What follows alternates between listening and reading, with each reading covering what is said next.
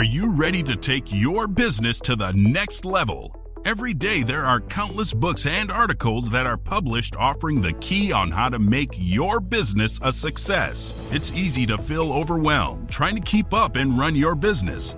That's why Deb Creer created the Business Power Hour. Keep up on the latest trends, best practices, and techniques for how to make your business a success. Let the Business Power Hour do the heavy work for you. Good morning. Good morning. I am Deb Creer, and I am passionate about giving professionals the tools that they need to make themselves and their businesses as successful as possible. And we're going to have a great discussion today about security, online security, and all sorts of things that go along with that. And I'll be honest, this is not something I know a lot about, so I'm really looking forward to this discussion. So please join me in welcoming Dan Frechtling to our program today. Welcome, Dan. How are you doing today? I'm doing great, Deb. It's so nice to be here. Thanks for having me on your show. Fabulous, fabulous. Well, let me tell people a little bit about you, and then we will jump into this. So as CEO of Boltive, Dan Frechtling works to secure brands against invasive media. Dan has led B2B SaaS businesses since 1999. Prior to Boltive, he was president of G2 Web Services, which was acquired by Verisk, where he expanded G2's cybersecurity solutions to detect brand-damaging activity and transaction laundering. He was also GM VP at Hibu, and a VP at Stamps.com, and senior associate for McKinsey. Now, this man he knows what he's doing. He's a smart dude. He has an MBA with distinction from Harvard Business School and a BS with high honors from Northwestern University. So again, Dan, welcome. Well, you mentioned the BS, and I think there's a fair amount of BS in my credentials, but thank you for going through all those anyway. We'll see if it amounts to anything in life, but thank you for that wonderful introduction. It's always fun when we hear our own bios, right? We're like, ooh, yeah, we sound pretty impressive. Well, I always like to ask my guests how it is they got to where they are today, because you have had quite the career, and both professionally and personally, that has led you to where you are today. So tell us a little bit more about that. Yeah, Deb, it's full of curveballs and twists and turns, and I guess that where I end up today is very different from where I thought I was going to end up. First of all, because I started out my career as a marketer, and now I do something that many people would view as contrary to marketing or limiting of marketing, and I'll explain that in a moment. The other is that there was a very personal thing that happened to my family that led me to what I do right now. So I'm CEO of Boltive, and we help brands limit invasive media. And invasive media can be malware in advertising, it can be offensive forms of advertising, and so what's now called surveillance in advertising, which is really around sharing consumer data without consent. And so those three elements are really critical to what Boltive software does. But how I ended up here was that after most of my career in marketing and general management, I did sell my last business to Verisk, and I was running that business within Verisk. And we had a very personal thing happen, which was one day my wife had back pain, and I was researching all kinds of treatments for how do you deal with back pain. And we went into the physical therapy, and that didn't work. And we tried, like ways of relieving the pain, and that didn't work. And then finally, we went in for an MRI, and we got a very strange diagnosis, which was possible cancer. And possible cancer then became probable cancer. And then with the test, it was the certainty of cancer. And it was what's called non-small cell lung cancer for non-smokers. However, at that point, it had progressed. It was already stage 4 by that point. It had spread throughout her body. And so doing research all along the way, we understand it was a very specific mutation called EGFR. The good news is with cancer treatments, there's so many targeted treatments, but there's also a lot of learning to do. So I was doing all this research, trying to figure it out. And then I started to notice that I'm getting targeted with these shady cancer treatments. Right. And some of these dramatic cartoonish ads that try to get you to click on them are all around cancer. And I was being targeted and profiled online without my knowledge and without my consent, because of the research I was doing. Mm-hmm. And that's why surveillance advertising has become such a political issue, with so many regulations that are coming into effect in starting in January 2023. So that was when after my career as a marketer, I realized how intrusive and predatory targeted marketing could be. Well, I discovered Boltive, and they had software that, and they had patents that were used for malware detection, but actually had a secondary application around privacy protection. So I joined the company in April of last year, and we've taken the company in that direction. We still have the anti-malvertising business, which is malicious advertising, malvertising. But we're investing also at the same time in our privacy protection to help businesses comply with all the new regulations of California and Colorado and Connecticut and Utah and Virginia and the federal level, and of course GDPR. There's a lot of alphabet soup acronyms to keep track of, and that's what our software does. And so for me personally, it's a mission.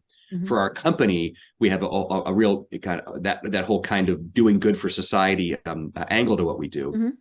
Because we are eliminating unsafe threats that are on the web. Right. And it is weird, how we all of a sudden start seeing the ads. Sometimes you were just thinking, I was just thinking that, and now it's, how did it know?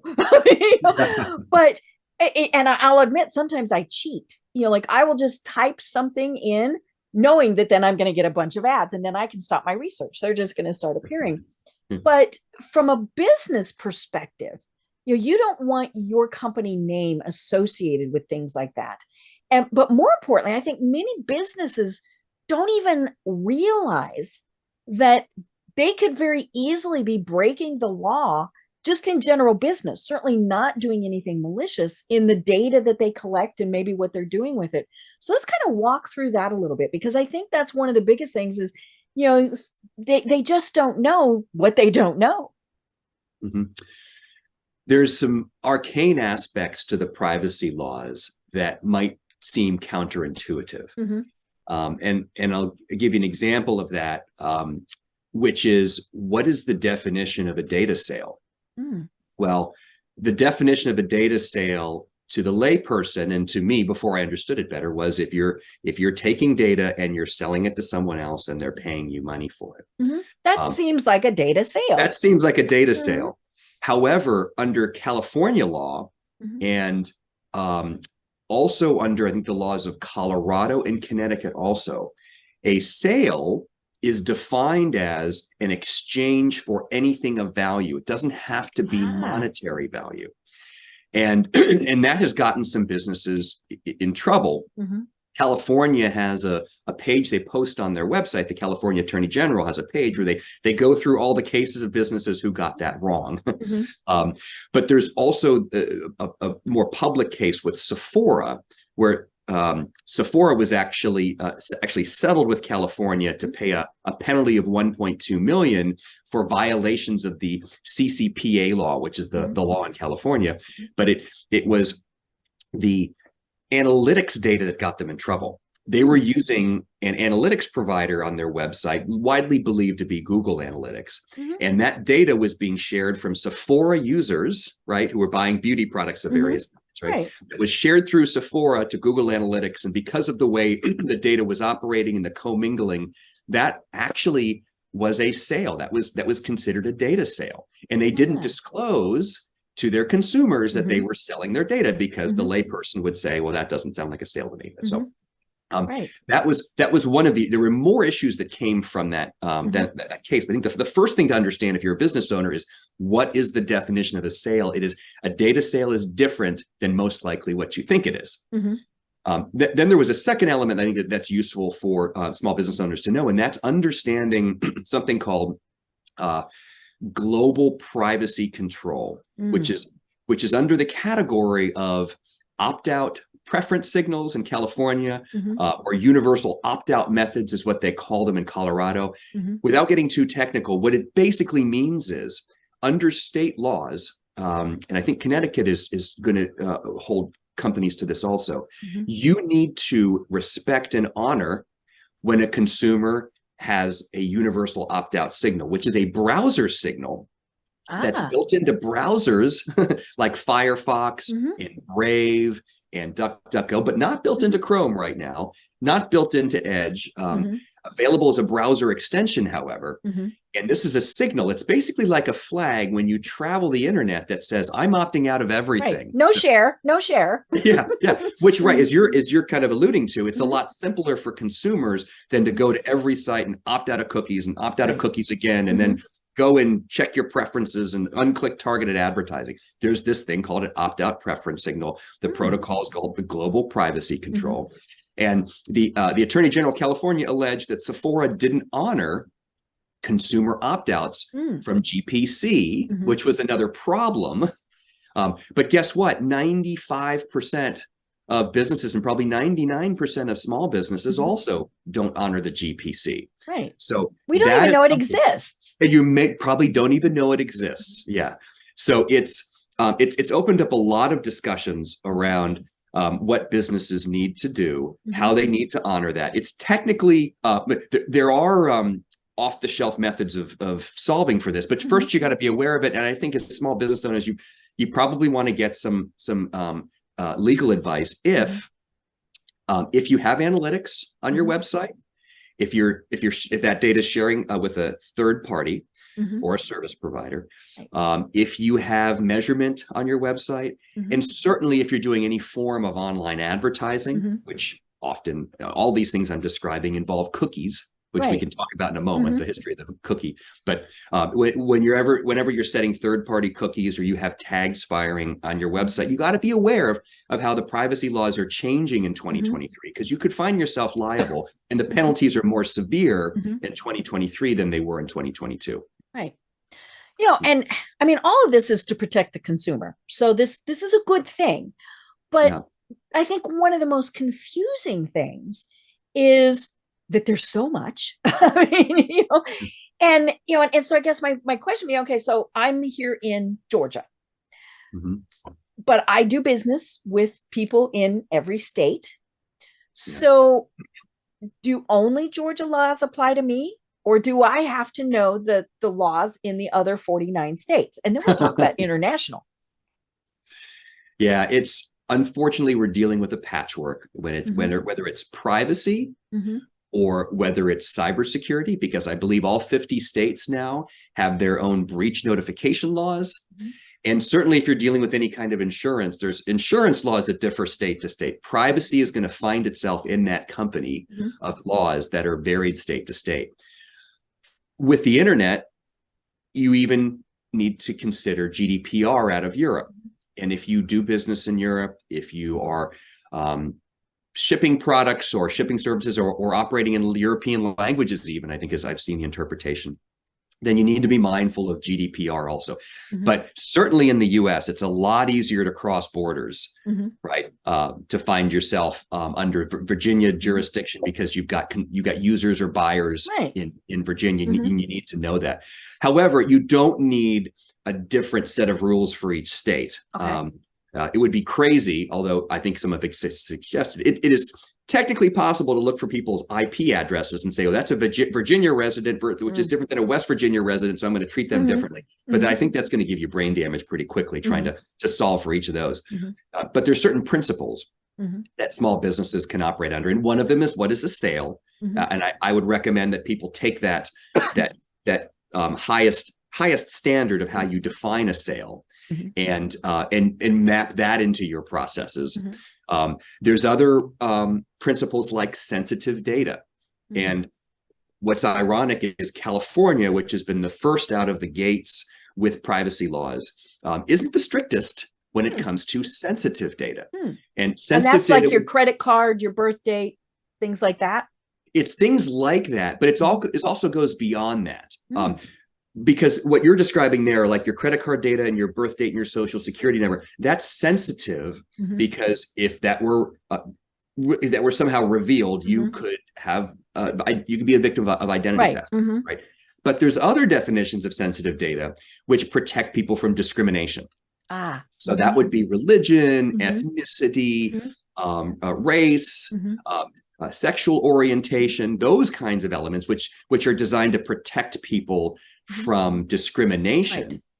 are also things that marketers want to know to target people, to sell things to those it's demographic. For good and bad, right? Yeah, like you said, we're marketing people.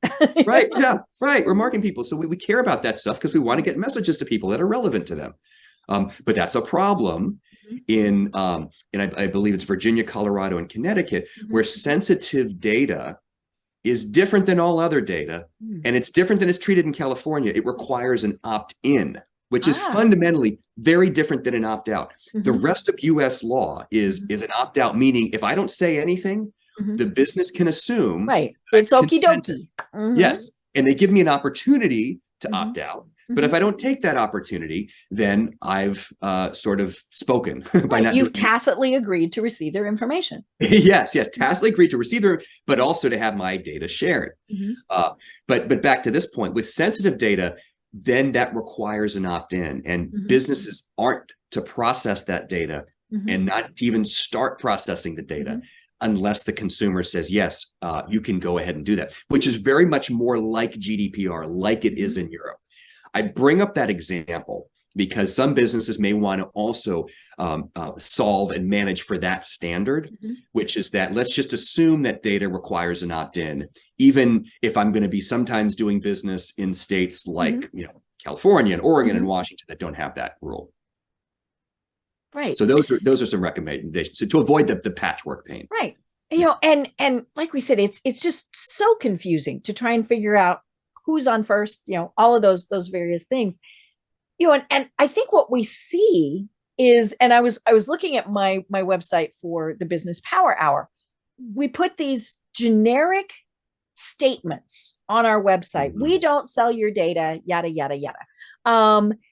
And do those do anything? I mean, it's kind of, and then of course, does it have to be specifically worded as opposed to just, we don't give your data to anybody?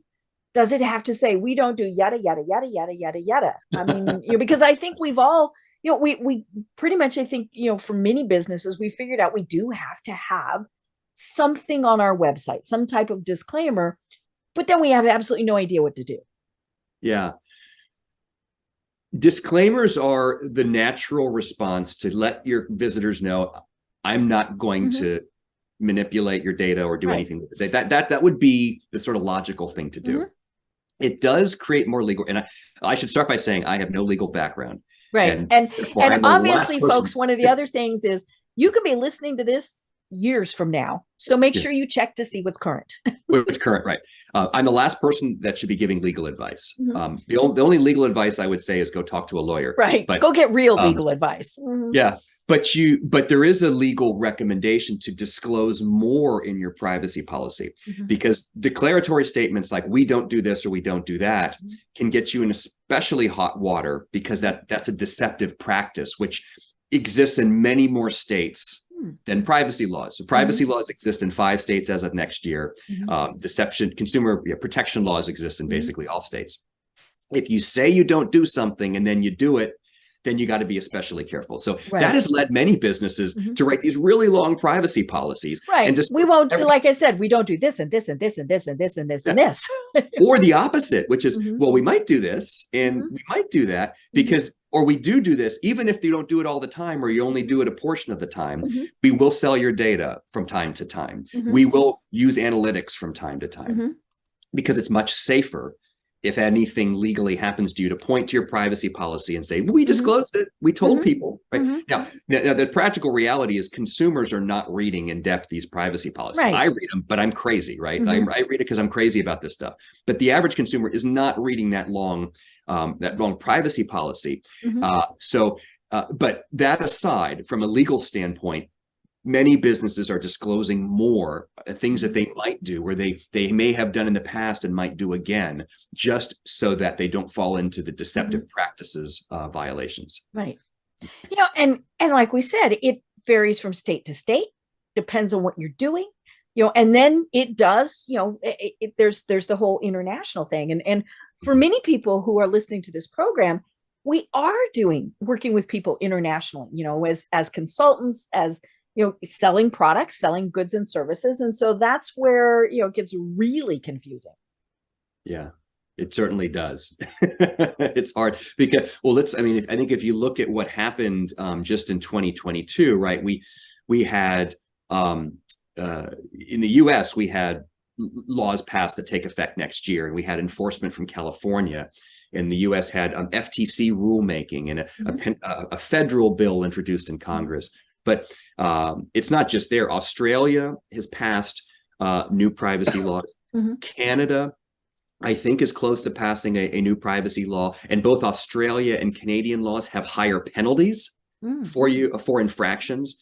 India has put forth a new data protection bill. Japan amended its data privacy law, and in Europe they didn't pass new laws, but their enforcement going on from like the CNIL in France, the Belgian Data Authority. Actions against IAB Europe. I'm getting kind of technical right now, but it is really, really dynamic. What is notable about privacy is there has never in history been regulation that has moved in the same direction globally, right? All at once. And I think Gartner has said 75% of the world's population next year will be under some form of data privacy that relates to consent. So yes, it's happening quickly. It is one of these rare situations where regulations are moving faster than technology is. Usually regulations struggle to catch up. The pace of technology. This is where technology is struggling and not doing a particularly good job of keeping up with the regulations. So that creates some additional complications for business owners. Right. Okay, so for the business owners whose eyes just crossed and they thought, we have no idea what we're supposed to do, what do you tell them? Yeah, I think I start with where I was a moment ago with first take stock of, do you engage in online advertising and do you have tags on your web pages? And the online advertising has gotten a ton of attention because programmatic advertising, which pays for about 90% of the content that we see. Like the reason we get free news is because it's paid for by advertising. That 90% of that is paid for by what's called programmatic advertising. So if you are advertising on the web, you are almost certainly engaging in programmatic advertising, which means you're part of the ecosystem. And there's a set of algorithms that takes your ad, if you're an advertiser, and places it somewhere where people are going to see it. Right. Or if you're an ad seller, it determines what ads are going to show up on your website. So to understand you're part of the programmatic ecosystem, you may not realize it, and it happens in 20 to 50 milliseconds. There's what's called a real-time bidding auction. But so I won't go deeper than that unless you want to. But the first point is, if you're engaged in online advertising, there's going to be a lot of things happening either to the ads you're buying or the ad space that you're selling that you're not in control of. Right. Yet these things can cause malware to appear or privacy violations to appear. The second thing is if you have a website, you almost definitely have some kind of analytics program on it. And if you're doing any even marketing, if it is just the basic Google Analytics that is free. Even if it, yes, correct. For I think 95% of marketing websites have Google Analytics, and at one point, over 60% had Facebook Connect. Although that number is declining because of some of the trouble that Meta and Facebook's just confusing. Yeah. No, they're paying many hundreds of millions of euros and dollars in fines. But so I ask people about that because both the online ads and the on-page, what's called tags or digital objects, they sell and share data which violates rights. And it's not necessarily your practices; it's the practices of the lesser known third parties that are out there that can get you in trouble, because there's this sort of daisy chain of consent. When somebody opts out, that opt out is actually a signal. There's actually a 4-digit code that travels with through the browser with a string of other data that tells everybody handling that data whether that person is opted in for it to be shared or not opted in. So you got to really understand the intermediaries too. So I would say I would make people aware of that. From a pragmatic standpoint, I think it's a smart idea to assign a leader for your data privacy program. It doesn't mean you need to hire an individual who just does that job. Bigger business, of course, will hire a data protection officer. But individual businesses, it just needs to be someone who's responsible for it. Right. And then I think another very important idea is mapping the data across your organization. That's a very fundamental thing to do. Where under NIST, which is a privacy framework, the components of that are: where's the inventory, like where's your databases, where is it stored, and then what's the data flow? How is that data flowing within your organization and then outside your organization? So if it's helpful, I can talk more about that, about those recommendations. But I would say knowing what to do with your inventory, what to do with your data flow, and then implementing systems that audit that are really key. Right. So for the people who just went, I don't know what to do, so I'm not going to do anything at all. What's that issue? I mean, and I think a lot of people are going, I'm just this little business. Yes. Is anybody even going to notice? Is anybody even going to care? I'm selling my widgets online and I do, $10,000 of business a year, or, $1 million, whatever. I'm going to keep my fingers, toes, and the eyes crossed that nobody notices that I don't do this. So what do you tell the people who are the ostriches, that we're just going to hide our heads in the sand and hope this doesn't pertain to us? Or more importantly, hope that we don't get caught. Yeah. Well, if you're a big business, if you're a brand that has a lot of consumers, then you've got to worry. But you're right. There is a threshold. I think it's a $25 million revenue threshold. So there's many businesses, fortunately, aren't going to have to worry about this. But those that do, and those that want to do it, because sometimes it's not just, am I going to get caught? Sometimes it's, what kind of a brand do I want to represent to my consumers? Right. Do I want them to know that their data is safe, that that when they visit my site, even if I'm under the threshold, that I'm not going to abuse their data? Because most people don't know there's a threshold. Yeah, most people don't know this threshold. And certainly some brands are taking the position about, like you just said, we never sell your data, and they want to be true to that, right? But for those businesses that are above the threshold or want to go a little bit further, the regulators have been kind. And in fact, in California, there's actually a section in their, what's called their CPRA rulemaking, that says it will consider good faith efforts to comply, right, as reasons to not go after business. However, having said that, if you go visit the Attorney General website, there's case after case of not large businesses that have been cited, and there have been hundreds and hundreds of warning letters sent out by the regulator to businesses, and those don't just go to the largest businesses.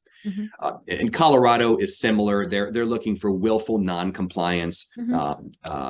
Truly, we don't care. We're going to do what we want type of. If that's right, that's a real danger. And the other thing I would say is that when GDPR came into effect, and I believe it was either March or May 2018, even the European regulators gave some grace to European businesses. There wasn't an expectation that you were going to be 100% compliant. And these US laws are taking effect January 1, July 1, December 31. Those are the three kind of tranches. Right. But what the regulators want to see is good faith efforts. And the NIST privacy framework that I talked about a moment ago has a ready, set, go approach to kind of help you through that. It's not, you can't solve for world peace all at once. That would be that would be not feasible for most businesses. But taking some of those right steps, knowing the regulators are looking for good faith efforts, and if you are in certain sectors, if you're in a marketing business, if you're in a lead generation business, if you're in data selling to begin with, then you got to pay particular attention to this. Right. They're going to be looking more at you. Yes, totally. Right. The other is if you're in healthcare as a business, that is sensitive. Now there's HIPAA laws, but the HIPAA laws in some cases are replaced by the new state privacy laws, meaning actually replaced is the wrong word. HIPAA in healthcare covers certain kinds of data. The state privacy law covers other kinds of data. Financial services is another one. The GLBA covers certain forms of data that are related to banking and regulated functions. The California and other state laws cover other data that's around consumer data, consumer marketing data. So again, my final thought on this particular question is, if you're in certain sectors where you're consumer facing, financial services, healthcare, anything child directed, you need to pay more attention to privacy laws than others.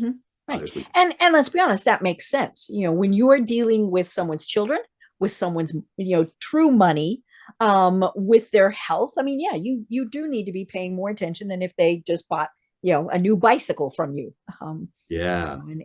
But and from the consumer perspective, I mean, this is fascinating because I always wonder what the heck happens. I mean, like one of the things, my inbox every day, I get all of these things that I never subscribed to. But we've always been told, oh, now don't click unsubscribe because then they know they've got a real person there, right? So I'm like, okay, so I just block them. I mean, I just go to my server and I say, no, I don't want those anymore. But the ones that annoy me are the ones where I unsubscribe and I still get stuff from them. And some of those are pretty large organizations. One of them is a university not too far from here, where I went onto their online store and bought something. And then, of course, they want to just keep selling me stuff. Doesn't matter what it is. I got into their database. And I don't know how many times I have unsubscribed. And I just keep getting stuff from them. And I'm like, I don't care about that university. I'm never going to buy stuff from you again. Please stop sending me stuff. For the average consumer, is there anything we can do? I mean, does you complain to anybody and have them pay attention?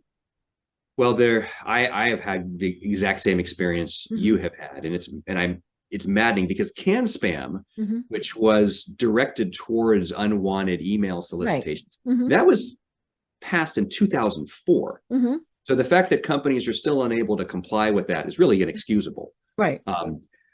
But sometimes there's multiple emails. I get it, that I might opt out of one email, but I'm still opted into another email. Especially when it's a big organization because they've got this department, this department, this department, this department, right? Yeah. But so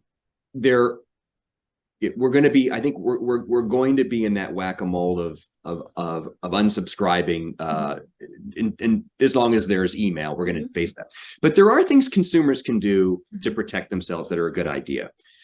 Starting with mobile, I think it's pretty well known that Apple has taken a position, Apple iOS has taken a position to be more privacy friendly than Android. So you can, you're prompted for app tracking. You can opt out of your data being shared out of certain apps. Right. Yeah. It asks that every time, and it is the top thing, no, I don't wish to, for my data to be shared. Yeah. So that number is extremely high. I think 80% or 80 to 85% of people are opting out, which is devastating to Meta because they need that data to for their advertising business, but it's a good thing for privacy. Also on mobile, delete unused apps. We all have them. And I know, I'm like, what is this? What's it do? We're coming towards the end of the year, right? Or pick a time of the year, end of the year cleanup or spring cleaning, clean up your mobile device too. For browsers, we talked a little bit earlier about the global privacy control. Certain browsers like Brave and Ghost Read Dawn and Firefox are more privacy safe. But all browsers, you probably want to look at your browser extensions. The same thing with apps. Sometimes we'll install browser extensions for things like getting discounts, right? Right. Are you still using that browser extension? If you don't, you should delete that too. The other thing that many people do is privacy safe search engines like DuckDuckGo that claims to not track you. And then for the more sophisticated, you can anonymize your IP address. There are secure VPNs like Tor that people use, so businesses can't see. It looks like you're coming from somewhere else, from a different location. With the email, if you are only going to have to give your email for a short period of time, like you're opting to make that one-time purchase. A one-time purchase is a good example. Then there's tools like 10-minute mail that anonymize your mail and then it expires. Social media, I don't know that there really is a safe way to engage in social media because part of that quid pro quo is that your data is going to be harvested. Right. I mean, somewhere in the terms of service, it says, we're going to advertise to you. Yes. In fact, Meta just got in trouble for that because in Europe, they put in their privacy policy, almost it was like a contract that if you're going to use our service, we're going to use your data kind of thing. which is patently illegal because under GDPR, you must get consent. You must get expressed opt-in consent. And everybody else has kind of learned that, but Meta was sort of late to the party on that. So they just got a ruling, a judgment against them on that. But anyway, but going on, if you're on social media, think about what you're sharing, because you can't have none of your data shared today in social media, but you can have less of your children's data shared. I mean, that is something that they're going to have to, their profiles will get associated with their data, and they'll have that the rest of their lives. So give that a few thoughts. And the other kind of general stuff, except those software updates that come through. Because those are fixing some of this. People who go, oh, I don't want to update my software. No, it fixes these things. Yes, right. So that's a good idea. And then I think another thing I would say is there was an era of time not too long ago when everything, appliances, hardware, refrigerators, thermostats, smoke alarms, was web connected, right? Voice, Alexa and Echo and some of those voice activated devices. They had a heyday just a few years ago. Now many people are turning those off and disconnecting those because they're freaking out. It's like, how did my house know that I was doing something? Yeah. Right. And like you said, with the eerie experience of seeing an ad for something that you just talked about, who heard you? And then the other is that there's a lot of these people search websites out there. And there's some service, I think I just heard Discover Card has a service where they will remove your information from the people search websites, which is a good idea, because those sites often just are serving stalkers, and not stalkers in necessarily the criminal sense, but stalkers in the sense of people trying to find out information on people that they can't find out directly. Well, and I tell people it's always a good thing to go in and Google, if you're using, whatever, to search for yourself and just see what is out there. How easy is it for somebody, say, to find your address? Which is a little, it's very scary. My mom, bless her, she's 90 and, still lives alone, and very independent, all of these various things. And she shreds every single thing that she possibly can, any mail, any of that. Good for her. But I tell her, Mom, you understand how easy it is for me to go online and find where you live? And she has an unusual name, and there's one of her in the entire world. So if you put that name in there, how old she is, where she lives, you probably know her cell phone. I mean, all these various things. And so I tell her, that's great to shred stuff, but it really ain't doing much. Yeah. And fraudsters prey on senior citizens, retirees. They're a market that is sometimes that doesn't understand, but also has free time and will respond in ways. The other thing that, without getting too sensational or conspiratorial, I do want to mention, because it was a news issue this year, that the Supreme Court Dobbs decision that overturned Roe versus Wade opened up a whole new area of personal data usage, because kind of alongside that, there was news about advertisers that would find women in women's health clinics and use their geolocation to send them certain messages, right? The part of this that has gotten some privacy advocates concerned is that all this data that advertisers can use is also available to government authorities who can purchase personal information from data brokers about you, about me, about data that's on people search websites. And that actually avoids some of the limitations of the Fourth Amendment to unreasonable search and seizure. And the reason this spiked this year was will states use that data to prosecute women seeking abortions? Because they were at X place, which X place was, a clinic. They were at X place. It was a clinic. They went to a website that told them about different options. They just looked up the term. So that, so without getting too far to the dark side, that is where the privacy issues are more than an annoyance, but they're actually sort of a threat to civil liberties, many people say, with the risk of government overreach and the ability for law enforcement authorities to use personal data for purposes. And we've certainly heard cases where they were able to use the information that you give to a genealogy site to track your DNA. you know, for good and bad. I mean, you know, they've you know, it's obviously good. I shouldn't put it that way. It's because, you know, there are people who are going to say it's not good, but, you know, say when they close cold cases, you know, or they identify. I mean, I saw something the other day where they identified a murder victim from 30 years ago because they were able to finally go through a DNA thing. And you know, and so that was, but yeah, it's like, you know, and so it's very scary that your data is out there. And I know that there are people who think they're going to hide and not have anything out there. Yeah. That means they have no technology, right? You know, and which grid. Is, you know, no car. You know, you talked about home. I mean, you know, I really do not need a refrigerator that connects to the internet. I'm like, I'm sorry, why does, you know, or, you know, all of these things. I mean, I have a good friend now who just bought a really fancy grill, and it has a temperature sensor in it that will send him a note and say, hey, your steak is at 165 degrees. You know, I'm like, no, wow. You know, there's a limit, but like I said, we also like some of the better features of it. You know, hey, I'm going to go to somewhere for vacation, and it's going to start showing me ads for restaurants in that area. Yeah. We can say no to some of the excesses. I remember also a few years back, there was the Tide button that you would stick on your right. And so when you needed new detergent, you went, you just and Amazon went, woohoo! Right. And we made it through human creation and human society for hundreds of thousands of years. Without that, we can live without it now. Yeah, but we can order our own detergent, right? We can order our own detergent. Remember how to do that. But then there's other things like the mobile phone that people absolutely won't. They can't live their lives without, right? And that is where it's you can't live your life without it, or you really want it, or it's a convenience, and that's okay, right? It's okay for consumers to make their own choices about. I'm willing to share my data for the conveniences. I'm willing to take some risk of malicious activity reaching me, because if I shut that off, like you said, if I lived off the grid, I would struggle to get things done now in today's era, and that's okay.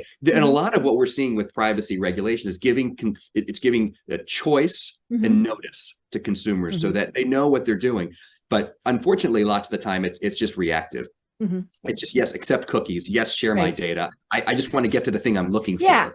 And I'm bad about accept cookies, except I don't even read what it says. I just click the button that says accept cookies. You know, I'm like, okay, whatever. And part of it too is I just assume everything's out there. I mean, you know, I've kind of reached the point of all my data is out there. I'm, you know, for good or bad, it's all out there. So I'm going to accept that cookie. Yeah. There's an interesting history of the cookie. The third-party cookie, where it came from. And I think that would be just to spend a moment on that. Right. Because I'm sure that there are people who click that button and really have no idea what a cookie is. Right. Well, the first cookie was invented in 1994 at Netscape, which isn't with us anymore, but they were a wonderful browser at the time.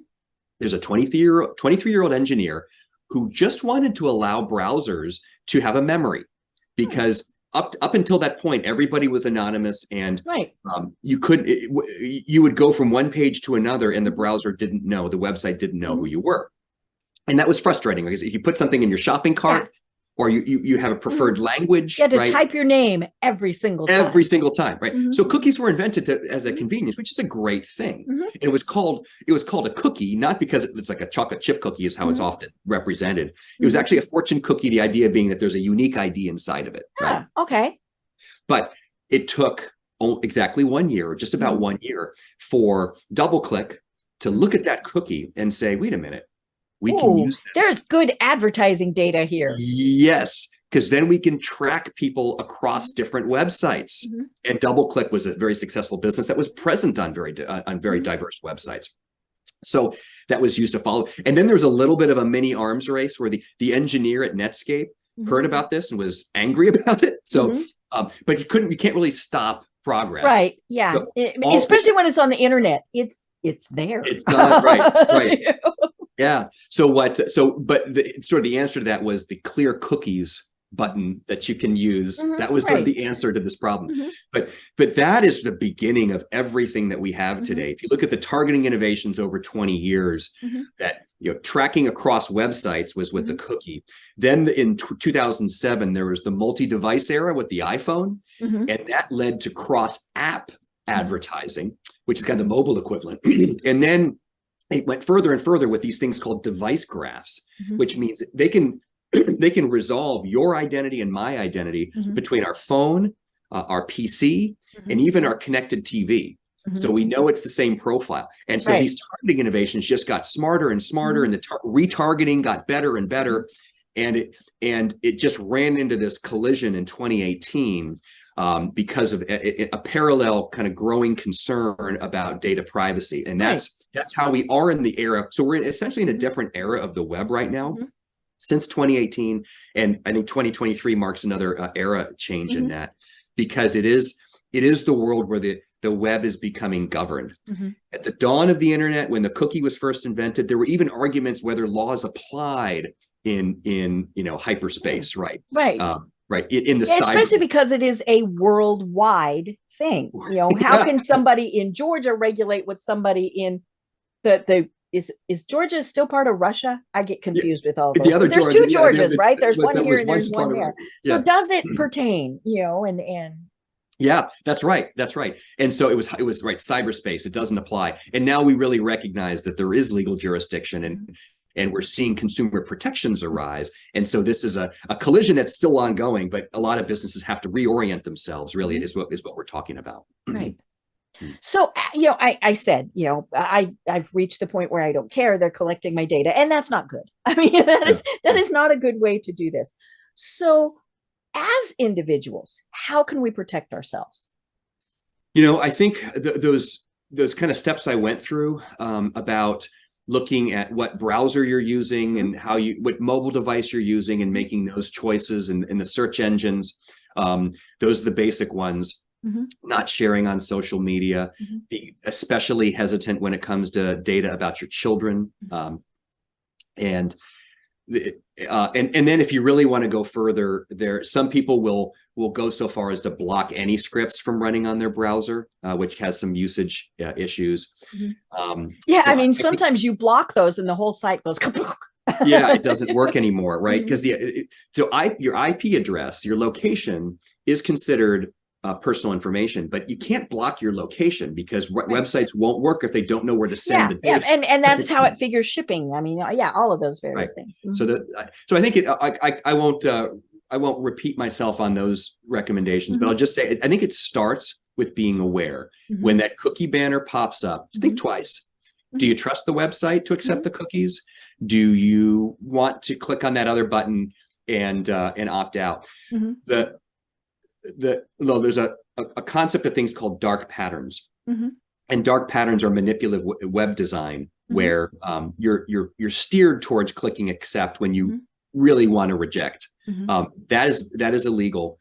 That is something that businesses need to be very careful to watch out for, is any manipulation around that. But as users, just taking that extra step to just think for a moment before you share your data, I think is a good. Well, and like I said, I automatically usually click yes. I need to change that and automatically click no, because, for the most part, they don't need to keep my data, especially if I'm just, browsing. Now, if it's a site that I know I'm going to go back to, I'm going to buy stuff, yada, yada, yada, then that's different. But if I'm just kind of mousing about, telling it, no, I don't want you to collect my data, is not going to cause a problem. Yeah, that's precisely right. Yeah. So just being mindful of that. Right. And it's a scary world. I mean, like we said, when your grill talks to your refrigerator and, and your car and all of these things, I mean, it's like, holy schmoly. But, and I remember the whole COVID thing. I mean, I had discussions with people, and they still believe this, that, they're going to microchip you and they're going to track you.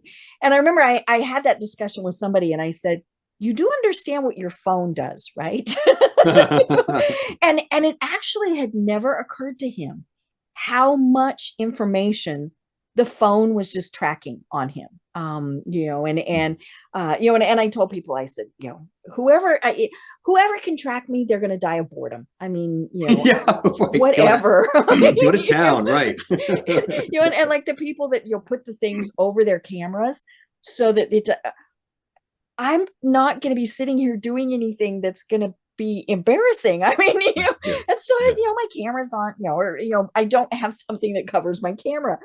But yeah, it is, it is kind of scary because, when I look at something on my desktop system and then later on something about that same thing comes up on my phone, I'm like, I'm just not sure that I like that. And that's a function of many technologies because the resolution, the device resolution that we were talking about a moment ago, will recognize when the phone belongs to the same person as the PC. Right. And so you should expect that's going to happen. That if you do something on your PC, and it's cross-platform. I have a Dell desktop and an iPhone. They talk to each other. Yeah. The other is when what's really interesting is when there's people staying at your house. So when my parents visited one Christmas, they're of a certain political persuasion that was different than mine. And oh no. and what had happened was things that were happening on their PCs and their phones got correlated with my phone. Uh-oh. And you saw the ads you really didn't want to see. Yeah, it whatever algorithm out there had assumed that my phone was somehow connected to that because it was in the same home for a period of time. And who knows, maybe it was an election year, and so there's a lot of attention paid to this.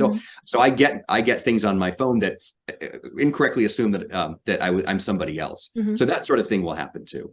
Right. And the other thing is part of why you started this company is you were looking at things pertaining to your wife's cancer, and then they kept popping up, and we see that all the time where it's like, no, I'm done with that. I don't want to see it anymore. Please stop sending me that information.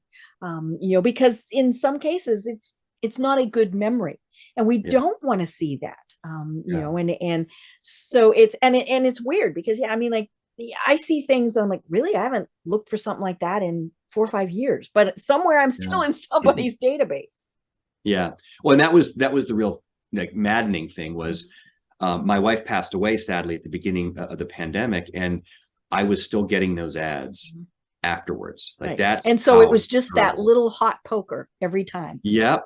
That's how durable they are. And so that's really why Boltive is doing what it does. We find what we call dark signals and data skimmers. So dark signals are when consent doesn't work, when businesses, many times it's not the business's fault, it's the third parties that they're working with, don't honor the consent signals, don't honor the opt-out signals. And then that causes liability for the businesses. Right. So we correct for those dark signals. By the way, it goes the other way too. The other form of dark signals are opt-ins that get lost. And opt-in meaning I go ahead and advertise to me, go ahead and share my data. That can get misconstrued and mistransmitted through the technological handoffs. And now you're losing your best customers. You're losing the opportunity to market to your best customers because you can't see that. So our software helps resolve when that's happening and identify businesses when they're losing, either they face compliance problems or they're losing opportunities. They're wasting their money. They're losing access to their customers as a result. The other part is we identify data skimmers. And we didn't go deep into technology during this hour, but in the ecosystem, in real-time bidding, there are dozens and dozens of vendors out there, ad tech companies, MarTech companies, data companies, and many times from around the world. Anybody who's going, oh, there's certain countries. No, they're from around the world. Yeah. Well, yep. And that's I think is a very, very good point because we find that these data skimmers will show up uninvited. Nobody invited them to share the data, but they found their way into the advertising ecosystem. We found malware companies out of Asia, and we have found sanctioned companies from unfriendly countries, sanctioned technology companies from unfriendly countries that are participating in seeking this and able to acquire this information. So there are even national security implications. So our software it allows businesses to avoid any of that, discover when it's happening, and then snuff it out. Right. Now, I'm assuming that for somebody like me who doesn't do lots of huge business, it's probably not something, your software is probably not something that I'm going to use. So are there certain size companies, certain industries that are better for you to work with? Yeah. Just to kind of cover that again, if you're in industries that cover sensitive data. We talked about healthcare and anything health related. We talked about financial services, anything financial related. Child directed, things that touch on children's data is especially sensitive. It's Christmas time. People are looking up toys and things like that. Yes, right. So, and that politically, it's very popular to go after companies that misuse children's data, as it is with the other examples. And then just any consumer facing business. I think whether you're worried about regulators coming after you or not, you owe it to your consumers to give them that experience. And because the awareness of consumers is growing. Data sharing is now a bigger issue for consumers than data theft. People are understanding that right now. And it's the data sharing violations that have created the 5 state laws that are going into effect in 2023. So I think for businesses in those certain categories, and for businesses that serve consumers, it's often part of a brand promise is how you handle the data that your consumers entrust to you. Right. So, if somebody's listening to this and they go, oh, I probably need to check this out. How do they reach you, and what are the services that you provide? Sure. Yeah. Well, they can reach us at boltive.com, boltive.com. They can reach me directly at dan@boltive.com. They can reach me at LinkedIn, Dan Frechtling. And we offer free audits. So we're software as a service. So we'll audit a website and we'll let you know where the vulnerabilities are that you might be facing in privacy. If you're a publisher, we also have many other services to protect against malware, offensive ads, ads that slow down your website, ads that affect your user experience. So if you're selling ad space, we have particular services. But whether you're selling or buying ads, our software can make sure that you are staying on the right side of privacy and doing the right thing for your customers. Right. And the nice thing is you keep up on what's going on in the world, and the business owner isn't having to figure out what's new.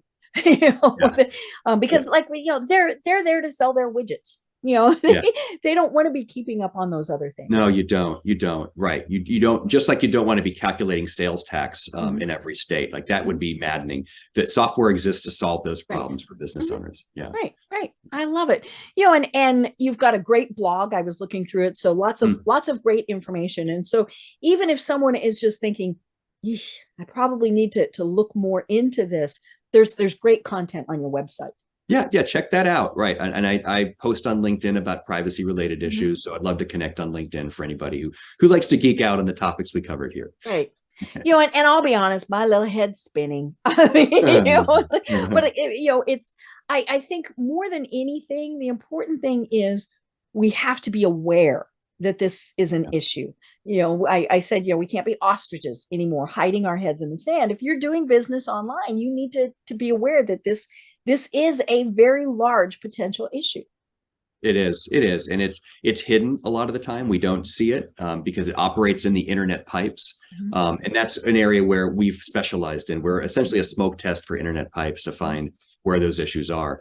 It's ultimately a personal choice as a consumer, how much data you want to share. But as a business, there's a little less choice around it, because I think businesses in the marketing, in the sales space, have always sought to optimize around how many people can we reach. But now you need to temper that and optimize for how many people can we reach in a privacy first way. Right. I love it. Well, again, tell us where people find you. Yep. So boltive.com, boltive.com, Dan Frechtling on LinkedIn. If you want to email me, I'm dan@boltive.com. And I think you'll reach me and reach us, our many talented employees, one way or another through those means. Great. I love it. Well, this really has been absolutely fascinating. As I said, it's something that every business owner or maybe you're the IT people, all of those things, you need to pay attention to this, and so this has been a great discussion. Do you have any final thoughts you want to leave everyone with? I guess I would say that the future of privacy could go in a couple different directions. There's one kind of world where there's convenience and consumers make choices, and there's another end of the world where if we go too far with privacy regulations, it can boomerang back on us. those of us who are old enough to remember how the internet began, it was a series of big tech companies and walled gardens like AOL, CompuServe. They were the walled gardens of the late 90s. And it's a viable model, but it's really antithetical to the open web that we're comfortable with and that we love today. And if data privacy regulations can create a burden, especially on smaller businesses, that's why Boltive is here to make that easier for you. But I think we also need to be mindful as citizens that if we go too far, it's going to just be the big tech companies that can comply with all the rules if they grow and grow and grow. And we don't want that. Walled gardens are a viable model, but it's not the internet that we want for ourselves and our children. So I think let's view the privacy laws as something that can help us, not something that we need to fight against, and look for means that small businesses can protect themselves, which has what everything I'm saying kind of has private sector and public sector implications to it. But it's a little bit of a final thought on where the world could end up. I think we're going to end up in a world where consumers can choose their own levels of convenience. Some will choose to share less and have fewer conveniences. Others will go all the way to say sharing all their data. And there's even an e-commerce model where packages will arrive at your home with items that are selected for you because your data has been harvested so well. And you just sort through the ones you want and you send back the ones that you don't want. That's sort of the other side of the spectrum, where it's free data sharing and free use of data, and then free kind of results from that. It sounds a little crazy, but that's actually how advertising works today, right? The ads are thrown at you and you disregard most of them, but there's a few you pay attention to. The same things could happen to goods and services. So I think that the tug and pull, the tug of war between privacy protection and convenience is going to be a debate that's going to go on as long as there's technology and as long as there's commerce. Right. I love it. Well, this has been just an absolutely fascinating discussion. I can't wait to chat with you again, because clearly this is not something that's going away. And so we need to keep people updated on it. So I'd love to have you on again. But until then, I'm Deb Creer. I've been talking with Dan Frechtling, the CEO of Boltive, and everyone have a great day. Tune in for our next program for even more trends, best practices, and techniques for how to make your business a success. The Business Power Hour, hosted by Deb Creer, is proud to be part of the C-Suite Network.